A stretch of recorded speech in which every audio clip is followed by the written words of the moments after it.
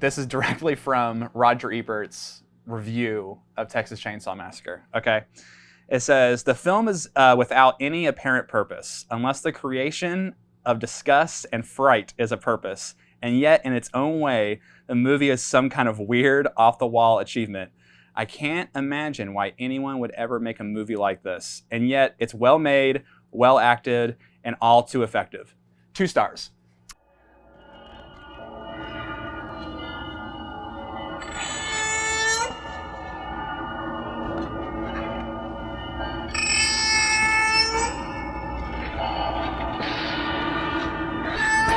What happened was true.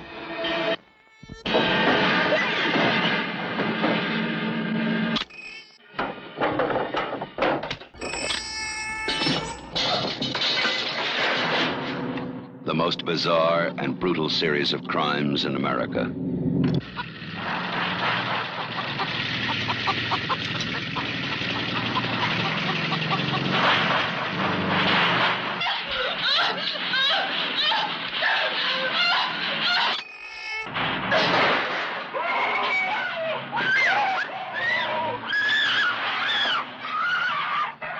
That just goes to show you, like, the beginning of what every critic does to horror movies. You know what I mean? Like, they're ready for, specifically him, but like, that was like, they were just gearing up to just like knock you down a peg. Like, is TCM or Chainsaw, is that a movie for the Chicago Sun-Times audience? Like right. At the time? Right. Because it is, I mean, it was a characterization of Americana. Right. It was an encapsulation of the time, but was that something the Chicago surrounding areas gravitated towards? That's something I can't answer, but I will say this, is that shockingly, Texas Chainsaw Massacre actually had a lot of good reviews coming out of the gate.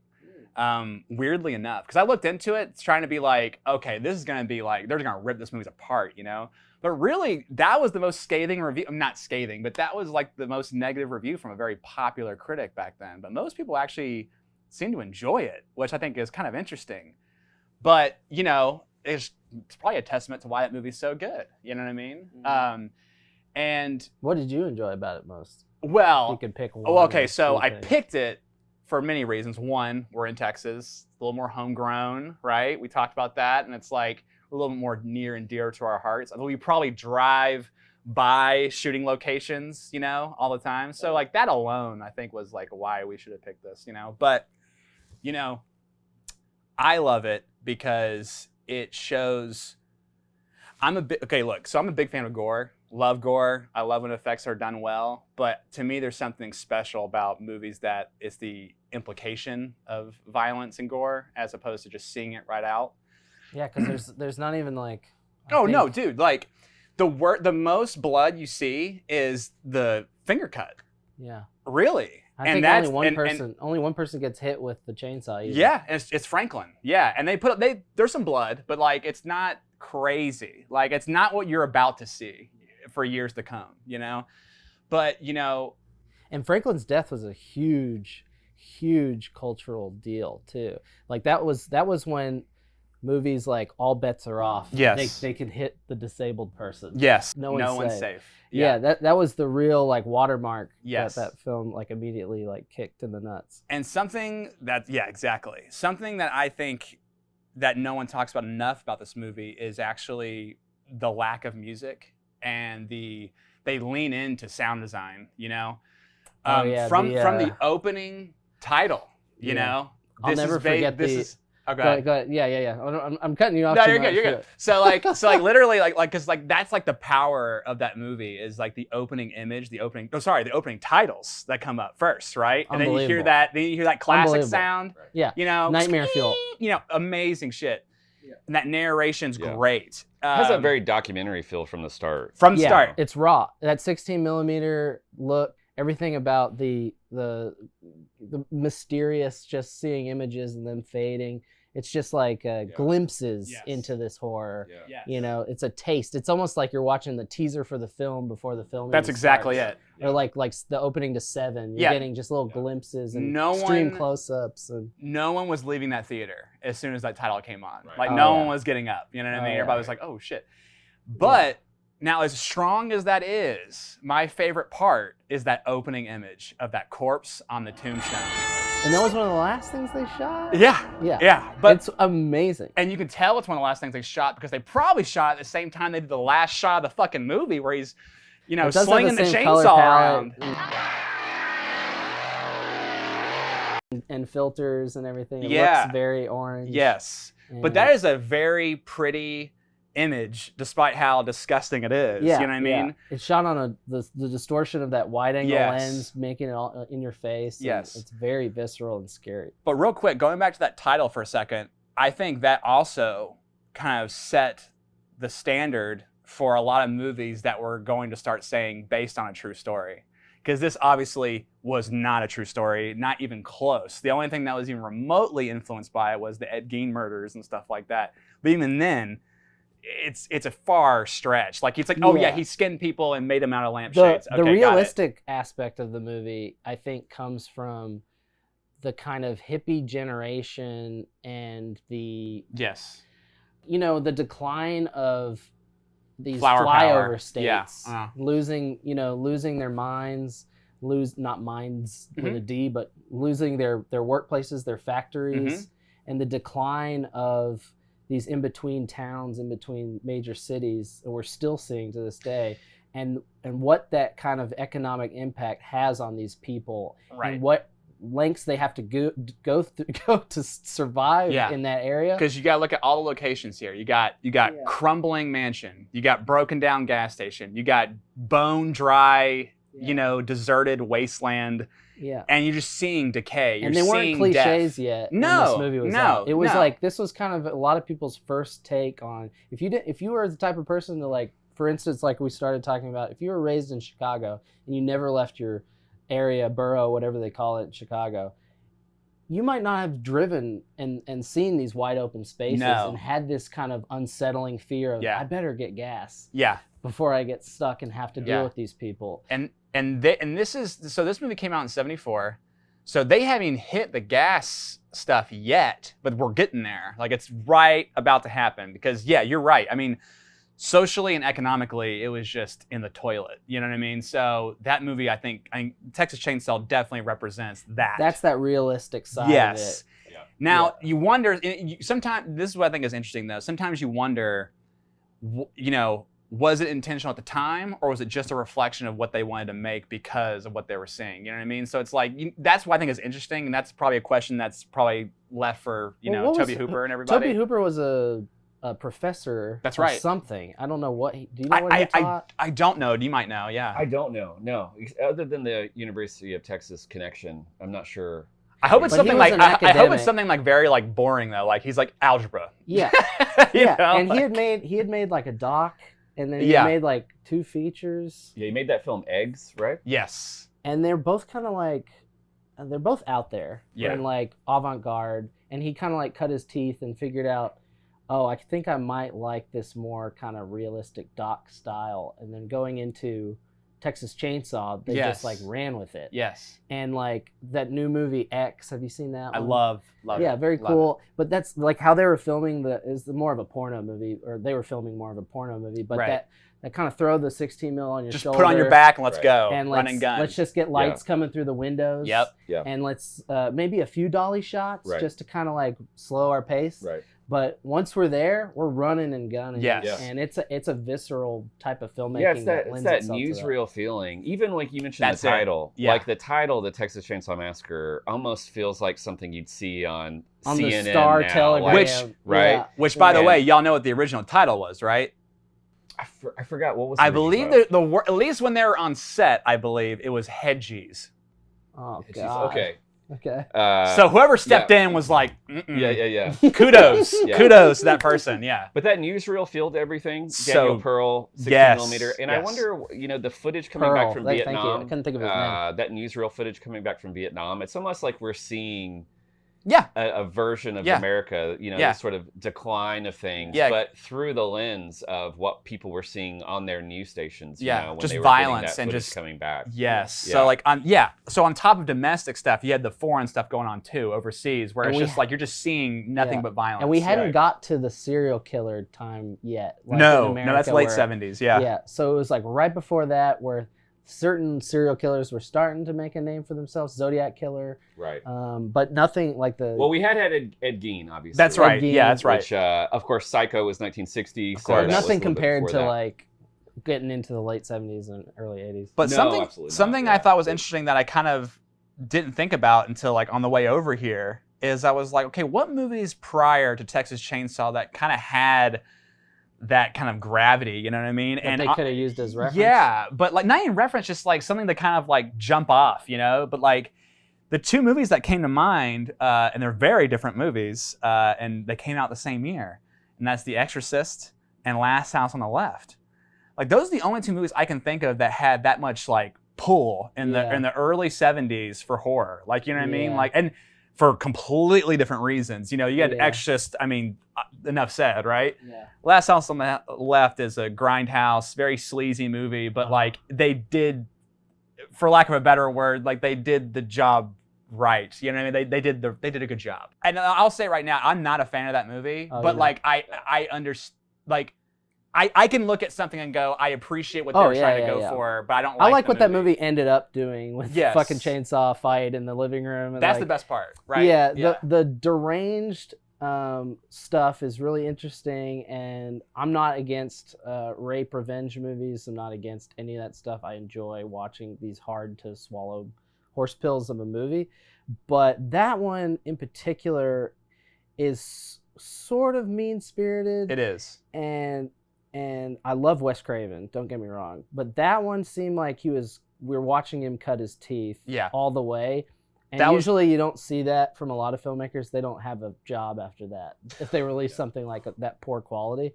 But that movie is a slog to get through. It is. But there's interesting things. Every time I said that, watching it over and over, I'm like, this movie is a slog. And then something else would happen that would just keep me going, though. Right.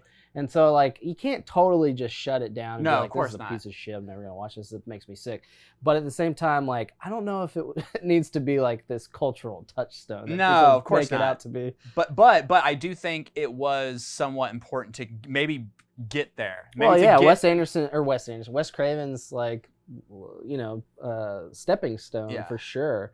And like, I would love to his see contributions are, a pillar of horror. I'd love to see Wes Anderson do Last House on the Left. Now that'd be interesting, starring Tilda Swinton. But you mentioned Last House in Budapest. Yeah. When you talk about inspiration, I would think that Psycho probably actually had a pretty strong inspiration on Texas Chainsaw. Big time. One location. Big time. Madness. The dead person kind of being stored. Oh God. Stored above and TCM stored below, and I didn't think about that. Yeah, she's in the attic. They're in the or not the basement. Or no, Texas Chainsaw. They're in the attic, right? That's right. And then she's Psycho, in the basement. She's in the basement. Yeah. Well, I think one of the things that makes us human is the way we bury our dead, compared to animals, compared to everything else.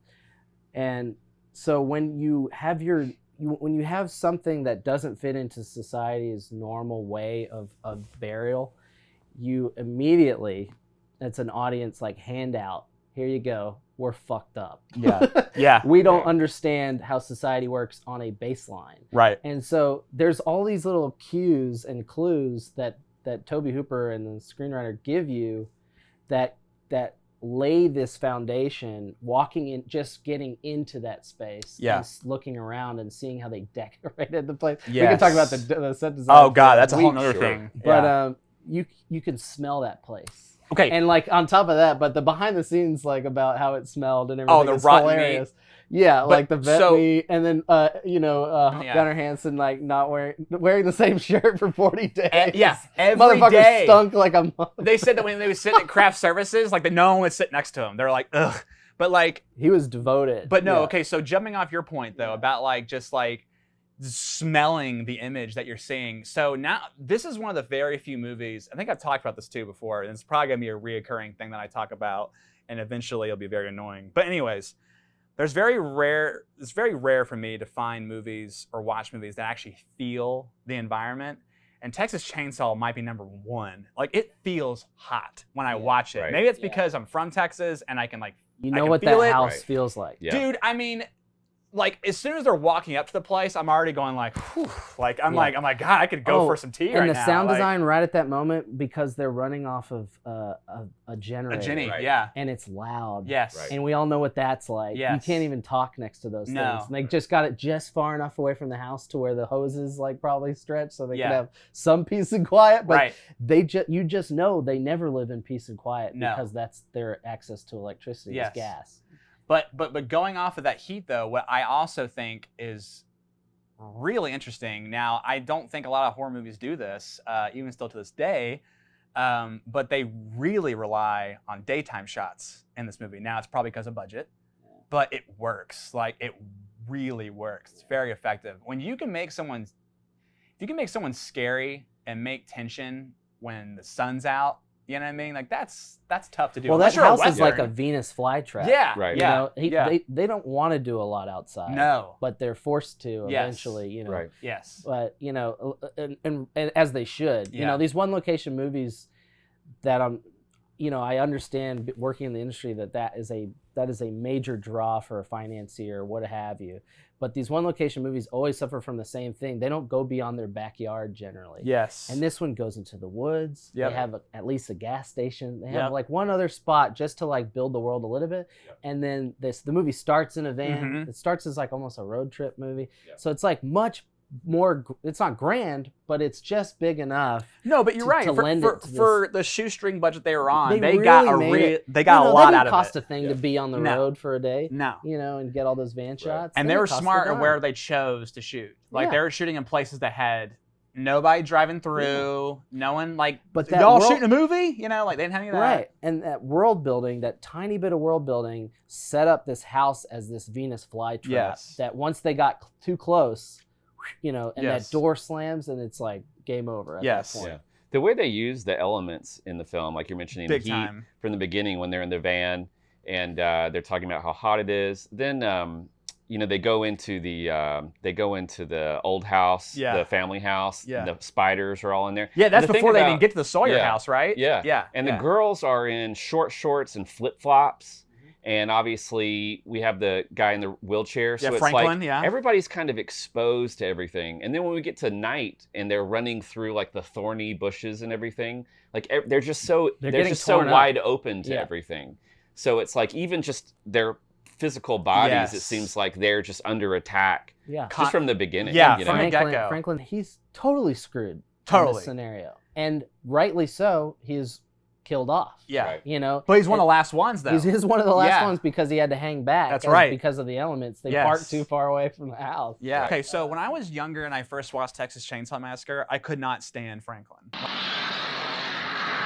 I absolutely was like, God, I cannot wait for this guy to die. Just because he was complaining the whole time. He's just a fucking asshole, you know. Doesn't even have legs, you know, that work. You know. Like, wake up! No, but like, now I understand why they put him in there, because he is kind of a, you know, he is not they didn't put him there because he's a downer. They put him there because he's they have to rely, like he's a reliability. When they go to the first house, the whole time he has a look of like, we shouldn't be here. We need to get out of here. And you know, they leave him behind. Then he finally gets his way up there, and remember that? And he's kind of like, they're all playing around upstairs, and he's kind of just looking around and like. I think it's the first time, and it's been a while, but that's the first time in the movie where I think you really get a sense of danger, or at least some fear in Franklin's face there, you know, or his eyes. But like, that to me is like interesting looking back, and you watch it and you go, oh, okay, his character actually, you know, there's a reason why they put him in there. They didn't just go, well, we need to put a person in a wheelchair. Like that wasn't in draft one. You know from the beginning in the van, when they pick up the hitchhiker and the hitchhiker cuts him with the knife. Oh God, yeah. You know, I mean, even then he can't get away from that moment. Yeah. You know, he's stuck even in the van. He's stuck. They go to the house because that's his family home. Yes. It's almost like he's kind of the reason that so many different things start happening. And he also Sally could have gotten away so much sooner if she just didn't have to worry about him, and you know. And he also, I believe, is the one when they're in the van at the very beginning. He talks about the slaughterhouse. He talks about what they did to cattle, and right then you're kind of like set up with this like, oh, like he might have seen some nasty shit, growing up. So one thing I always thought was interesting, and I still don't understand, is that I guess Tobe Hooper wanted this to be a comedy. Or at least that was like at least a dark PG rating. Yes, yeah. but he talked about it being like a humorous script and all this ironic humor. I thought I had a good sense of humor, but like I don't see one funny moment in this entire movie. Yeah. I mean, such gut busters as chainsaw getting ripped through somebody, and Maybe he thought, like, I can see maybe if it had gone a different way, like in the script. Yeah. And maybe like the opening car ride with the hitchhiker who becomes part of the family. Maybe if he had played it more comedically, then it could like start to lend itself as like a comedy. Yes. But the way he played it, it's haunting, and you're terrified, just like everyone in that van. And you're just like, God, I hope we never see that guy again. Yes. Until he shows his face again. Yeah, and you're like, damn it. Yeah. Doomed. We're doomed. Yeah. But I think that's so weird that like, but it's interesting. It's like he went in being like, this is going to be a dark like comedy, And I just like, I'm like, where's the comedy, But like, I guess maybe in the script form, maybe there's something that I'm not seeing. But I think it's interesting because, long story short, it's like this is what set him up to do Texas Chainsaw 2. And yes, that one is in a much lighter tone, and it is funny, and it is ironic. Ow, ow, ow, ow, ow, ow, ow, ow, ow, he did it, my plate. Oh, my brain is burning. Non-flashback, oh. So it's like maybe he just didn't want to make the same film again. But I also got to the second round. Right. But I also think that maybe his comedy didn't shine through like he wanted because of the grueling production itself. Yes. Yeah. So like you're filming real people. Yeah. And if they're going through hell, you're gonna capture them. Like I strongly doubt, Gunnar Hansen and everyone else in company was just gonna be like, let's crack that. Let's do that joke a little better. They didn't land last time, I read it just didn't make, I read is it Sally who gets meat hooked? No, that's oh God, I can't remember her name, but yes. She gets meat hooked, and the contraption they made was just basically like rope, and they just like ran it between her legs to hold her on there, and she could only be up there for a minute because of the pain. Yeah. And she layered maxi pads in between her and the rope.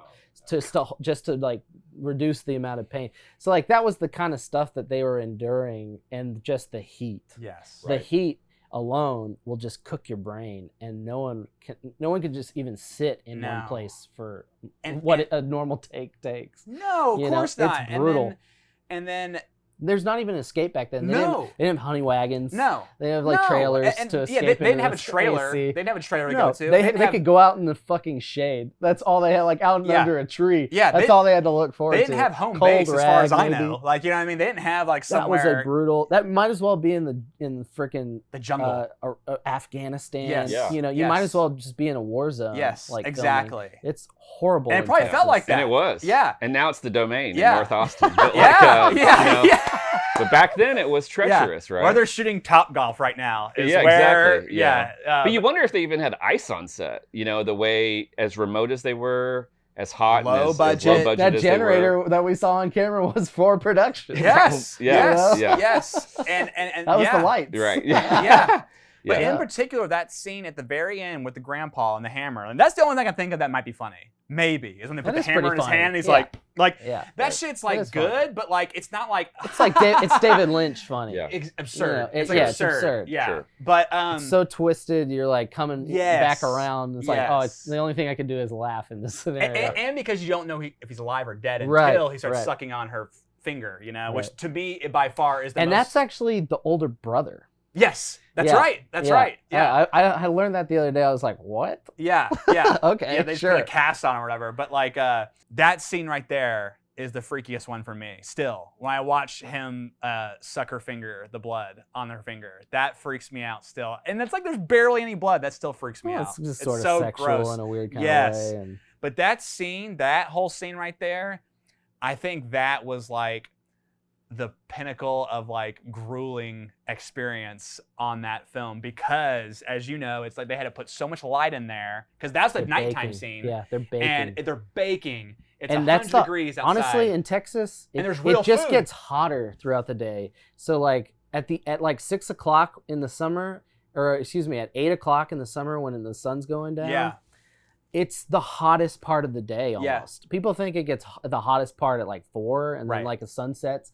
That heat is like now baked into the earth and it just stays hot. Yes. For anybody who doesn't know, we're actually recording this in like Texas. South Central Texas right now. Yeah. Fredericksburg. And it's supposed to be like 106 degrees today. Yeah. And, that's why we have the AC. We have a fan going.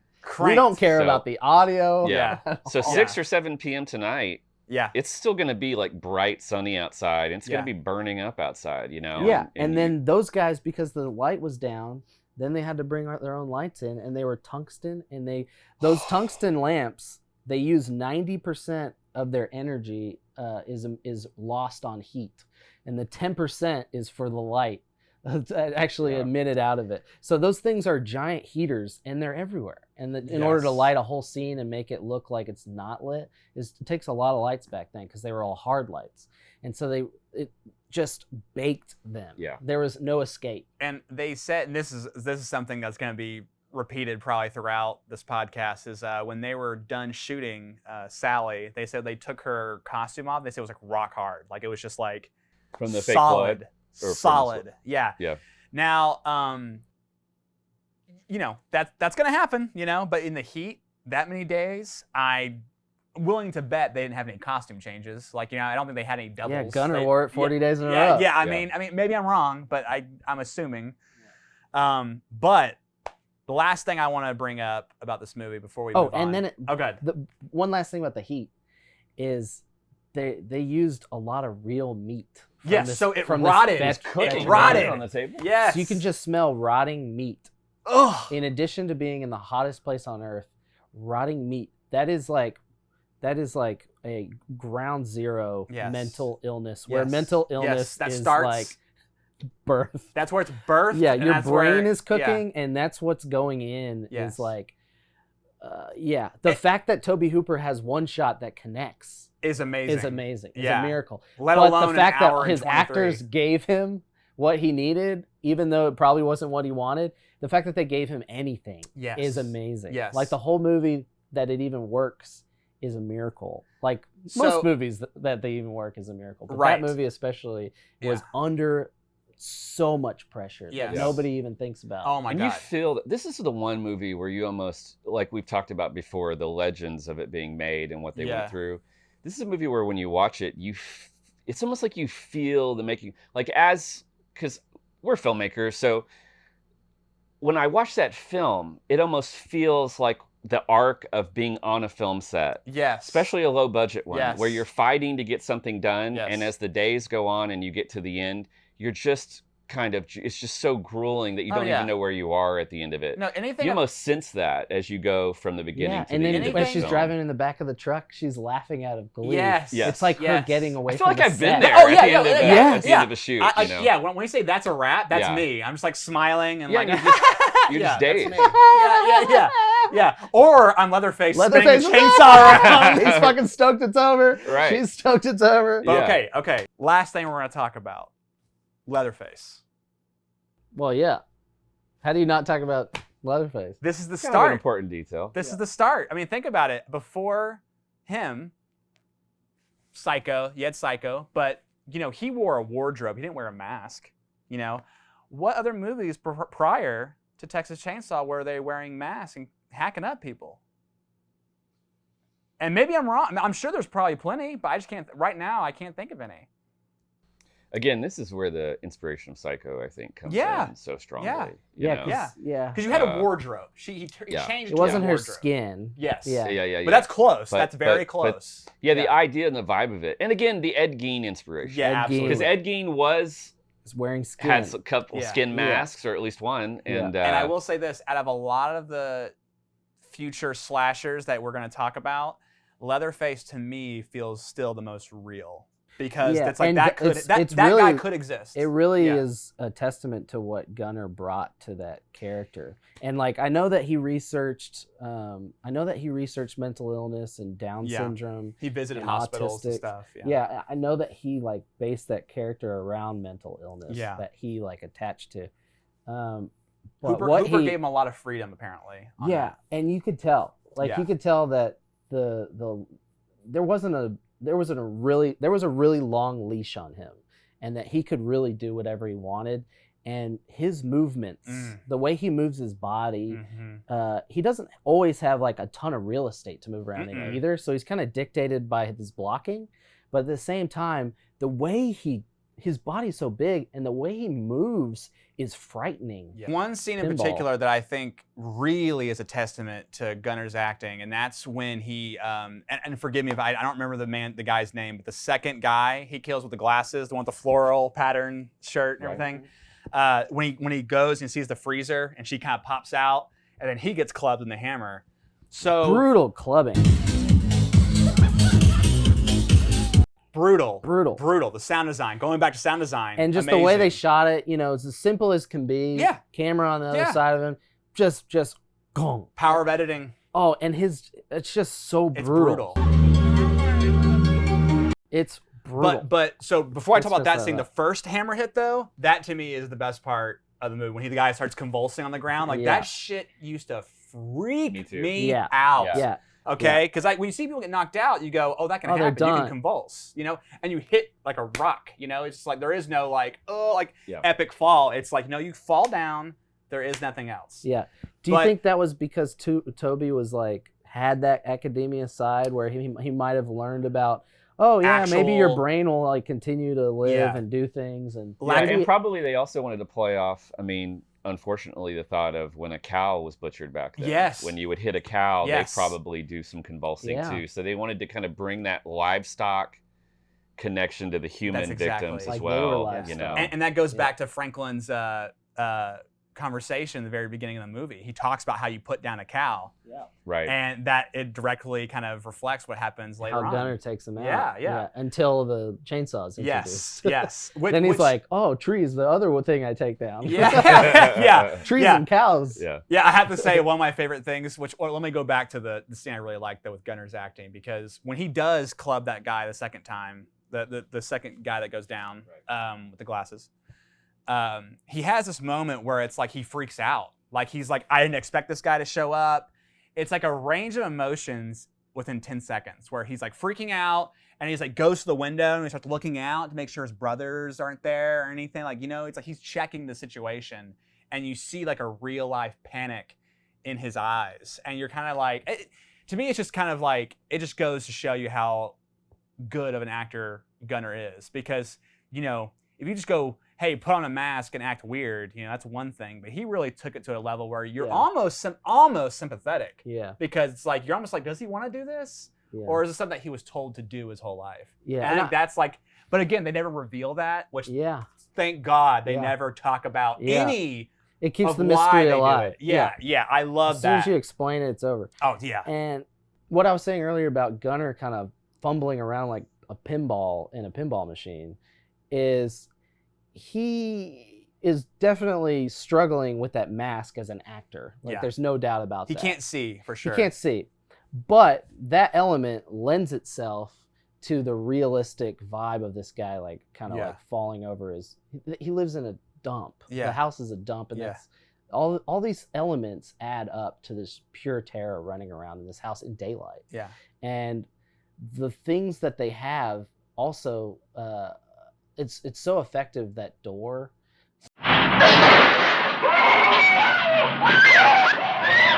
That one sliding door. Right. Because it shows you that first kill. Yes. Yeah, because it tells you immediately, being in the first kill, that they're not in just any old house. Yeah. Like it looks fine from the door. Right. There's that movie Smooth Talk. There's all these movies that take place in the front of this like wraparound porch style house that everyone's seen in Texas. Smithville is like filled with them. Oh yeah.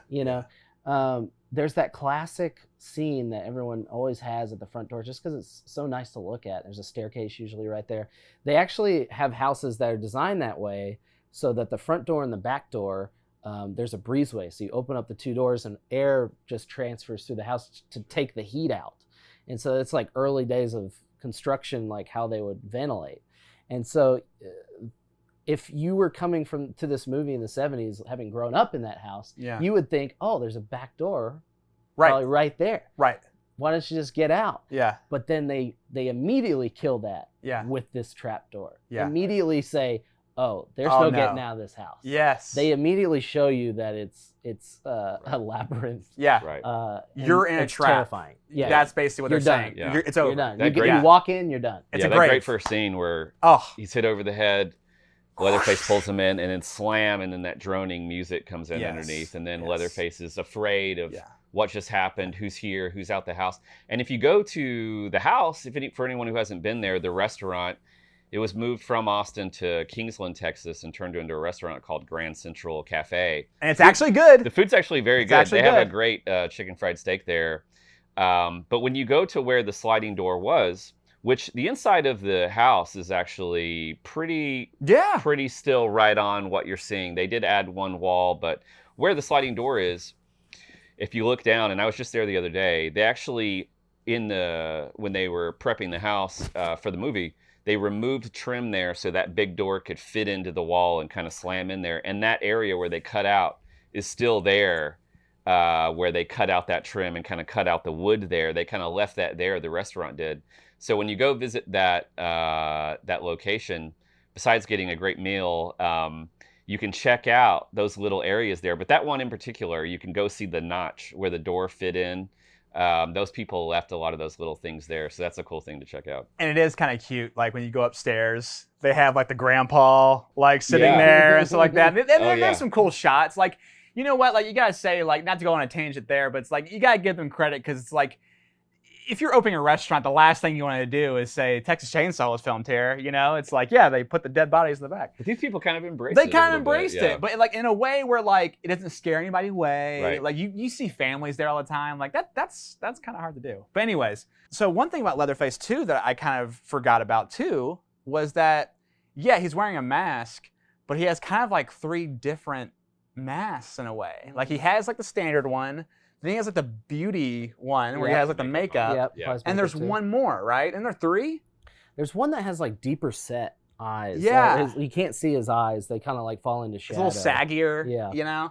But that was kind of interesting. It's like not only did they give us 1 mask killer, they kind of give us 3 in a way. And you're just left with question marks. And that's the best types of movies. I forget, did Lynch say this where he's like the best movies are puzzles or dreams? Mm-hmm. And this movie falls into like dreamland, like the nightmarish side of dreams, where it's like, oh man, I hope to never run out of gas outside a house like this. Yes. You know, because I'll think twice about going all the way up to the door. I'll knock at the number one, a house like that, you knock on the gate and you yell. You don't go to the door. They'll come out with a shotgun on you anyway. Still to this day. Yep. But you yell from the fence because you're on their property. They have the right to shoot you. They might want to shoot somebody. Yeah. Right. You know. Right. Yeah. So you just don't mess around with that in Texas. You know, don't mess with Texas. Yeah. What was going on in the country while it was being made and then after? Like, you know what I mean? It's like, I think that when they went into it, they had all this stuff going on, you know, socially, economically, and everything. And then, you know, I feel like that's why critics liked it so much at the time, is because I think it did capture, you know, some of those aspects, you know, that I was talking about earlier. And I think they appreciated that coming from a horror movie, especially when it's called Texas Chainsaw Massacre. You know what I mean? It's like, I think they thought it was just gonna be a splatter film, you know? And I will say this, the cover of the movie really makes you think that you're gonna get a torture movie. I think the unique thing about, you know, what we've talked about, it's the idea that even though Last House came out before we had Psycho, of course we have Night of the Living Dead, which was a huge film before that, but this is really, you know, and that inspiration from Ed Gein, this is really a film that came out still when we were still having, you know, Hammer was sort of on its last legs, and we were still having the vampire films and the supernatural horror, and you can consider Exorcist a supernatural horror film. This is really a movie that was breaking some new ground in regards to just that human monster. Yeah. That this is the real horror of people. Yeah. And that this is truly scary. Yeah. This is real. Yes. This is what you can find in the woods or if your car breaks down. And I think at the time, I think that people were getting kind of a little tired of that gothic horror. The edge of those films was starting to wear down. Yeah. And people were seeing real horror. Yeah. When you're seeing Vietnam, when you're seeing everything that people are going through back then, a vampire in a castle just, at the end of the day, was starting to not do it. Yeah, and the hammer approach. Yes. Yeah. Like you said, gothic, like that whole gothic vibe. Yes. Yeah. So this just brought on something new and packaged in a way that really did kind of give people that, this is us. Yeah. And this is horrifying. This could happen. Yeah. And you could live down the street. You know what I mean? Yeah. Like that's the vibe. Because at the end of the day, when people, in our hardest moments, that's when people really look to horror. Mm-hmm. Whether it's the pandemic or war or whatever it might be. And that was a time period where we needed that cathartic thing. Positive stress. Yes. That's right. Yes. And this was dialing it up to 11 because it needed to be dialed up. And it really is. Oh, so like you were saying too, or it's like we were kind of talking about earlier. It's like this is like when the exploitation movies started getting pumped out, right? Right. But to me, and this is just my opinion, I think Texas Chainsaw is above those movies because it came with like a more of an intelligent approach as opposed to let's just splatter blood everywhere. Yeah, I think Hooper understood horror as a genre and understood the implications of what he was doing and delivering it to an audience, and the positive. I mean, he wanted to make a comedy almost at the beginning, which is absurd, bizarre. But he wanted to give the audience a release from all these things. He wanted to show the world for what it is and be real, but he also wanted to give them that stress relief. When you watch these movies that are super on the fear side, that are playing into those emotions, they're just like exercise. Like the type of stress we don't want in our lives is like chronic stress. Mm-hmm. That's the stress that'll kill you, like the stress of everyday work and life. But these little moments of stress, like exercise, is a concentrated amount of stress you put on your body. That's a healthy form of stress. Same with watching a horror movie or anything in a small burst, is like you get to experience a amount of stress on your heart, on your brain, on your body, your organs. Take this amount of stress, and it's actually a beneficial experience, just like exercise in a way. So knowing that you release these chemicals in your brain, I think Hooper really understood what he was getting into and knocked it out of the park. And that's why people respond to it, because it's just like the endorphins. It's just like the high after a good exercise that you get. You're just like, oh, fuck, I feel great. Yeah. It's just like I feel invigorated because it's the same amount of stress relief and those chemicals in your brain just being released as a result of it. Yeah. It's wild. And can you imagine, we talked about the beginning of this film and how it starts. Can you imagine being in that theater at the end of this film? When Gunnar is spinning around with that chainsaw, Sally is screaming at the top of her lungs as the truck drives away. Smiling. And then we see Gunnar spinning a few more times, cut to black. Yeah. Credits. And you're just sitting there. Yeah. That is something that I wish I could have experienced. To me, this movie... Because that must have been... Yeah. You talk about stress relief. Yeah. And then you just talk about you just snapping off. Lights come on. And where do you go from there? And there's no encore. Like, you know what I mean? It's just like it's over. Yes. To me, it's very like in that way. And a lot of these movies in the 70s, in particular, and early 80s, are just very like rock and roll that way, where they're just like, here it is, bye, and they just no fat. Right. And that's another thing too. The last thing I want to say is I forgot that this movie's only an hour and 23 minutes, and it goes like at a great pace. And a lot of those movies back then, were slow burns. They were like, all right, set it up. And this movie was just like, they're in the van, they pick up the hitchhiker, they go to the house. Like it's just like bam, bam, bam. Yeah, but it also feels simple. It doesn't feel like a plot-driven movie. No, because they all fall into their things. Yes. It's not like I need to do this in order to do this in order to get. It's not an escape room. It's natural. It's they're falling over themselves, Yeah. just trying to survive. It's pure survival. Yes. Do they have survival rooms, like escape rooms, but just survive? like are you like strapped to something and you have to like get the trains coming and you're strapped to them? Anyway, but yeah, like I don't know where I'm going with that, but what were you saying? What? Plot. Oh yeah, sorry. Plot, Yeah. Just like me derailing the plot of the podcast. Sure. The plot itself of this movie is very. It falls into its own self. Yeah, it does. It's not Mission Impossible where we have to complete these tasks in order to get to the end of the quest. Right. You know, these guys are accidentally even the guys who are running the show, the family, are haphazardly fumbling over themselves. Yeah. You know, it's and that's what makes it so scary, is because you really don't know what to expect. Almost like you don't know, the filmmakers know what to expect. Like they're documenting it. Right. Because that's what gives it that extra documentary layer, is when you're making a documentary film, that's why you end up with so much film. It's because you're just rolling the whole time hoping something happens. Right. And so shooting it that way, you get that vibe. You get that feeling like, oh, now there's something happening over here. No, there's something happening over here. Right.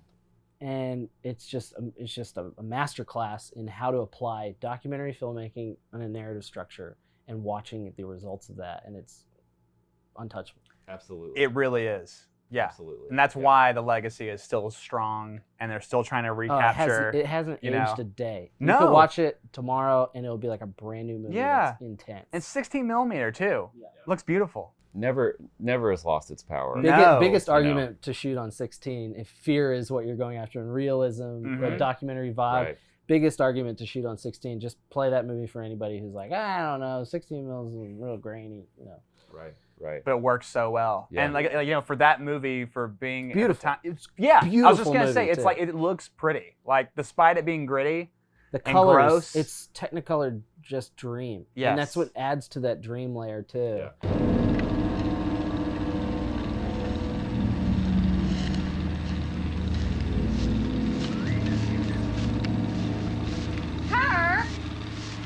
And like that sunset shot at the end is like a fucking work of art. It's unreal. And it's just like at the most cathartic moment to put just pure art on screen and just like revel in it. Yeah. And then get out of it. You Because know? Not even like revel in it. You just have a moment to really just absorb it and then get out. I was just gonna say, because like that ending moment, like a lot of people in horror movies, they want to go, like a sigh of relief. You don't have that. You don't have that time to relieve. There is no sigh of relief. It's you're still like on that intensity level. Yes. Yeah. Yes. And when you're the audience in that theater and those front titles come up, you know the tone of everything, you know that you're in for a dark time. And the characters in the van from the very beginning, when they talk about Saturn being in retrograde and what that means, and then when the hitchhiker marks their van with the blood on the side of it. That's right. You get this feeling that from the very moment we open up, these characters are cursed. Doomed. And we're just going straight into darkness, you know? And like you said, the pacing, everything from there, just the dominoes falling. It's a snowball. It's literally going and picking up speed and just nonstop, and then an explosion and it's over. Yeah. We're on a ride with these characters to a very dark place, and and there's nothing that can do that. It's like it's like the fate that there's nothing you can do to stop it. Yes. Which is a theme that really would carry on from that to many other films, you know, Halloween and such. But just this idea that we're on a path here, and you cannot. It's one road, and that was the feeling of America then. Yes. That we were on a road that we couldn't turn around from. Yeah, we were all Sally at the very end of that movie, just screaming, covered in blood, and and that's a triumph. Yeah. And how about, last thing I'll say, how about the unsung hero that is the truck driver of that movie? The guy just throws the wrench right in the fucking Leatherface's face, starts cutting his leg. I'm like, why is that guy like like Ash Williams? Nice. Truck drivers usually get a bad rap. Yeah. And they do in general, and especially in movies. So it's nice to see a truck driver, come out and save the day. Yes. And since this is a Texas themed first Fright, I'll go on the record and say fuck Buc-ee's for not allowing truck drivers at their gas stations. That's the biggest truck stop in Texas that doesn't allow trucks. I didn't know that. Are you serious? Yeah, let's boycott Buc-ee's. And that's coming from the worst guy in the world. I have IBS. I need a place like Buc-ee's to go to the bathroom on the road. It's the best bathroom on earth. Oh yeah, it's the best bathroom on earth. They have great snacks. Yeah, but fuck them for dissing on truck drivers. That bums me out. Yeah. No more beaver nuggets. No more beaver nuggets. Okay, we can cut that out. Because I want beaver nuggets on my way. I love Buc-ee's. Yeah. I have to pee every time I drive by one. Their bathroom. Oh, no, I mean, that's you have to go. They'll block the doors as soon as I show up next time.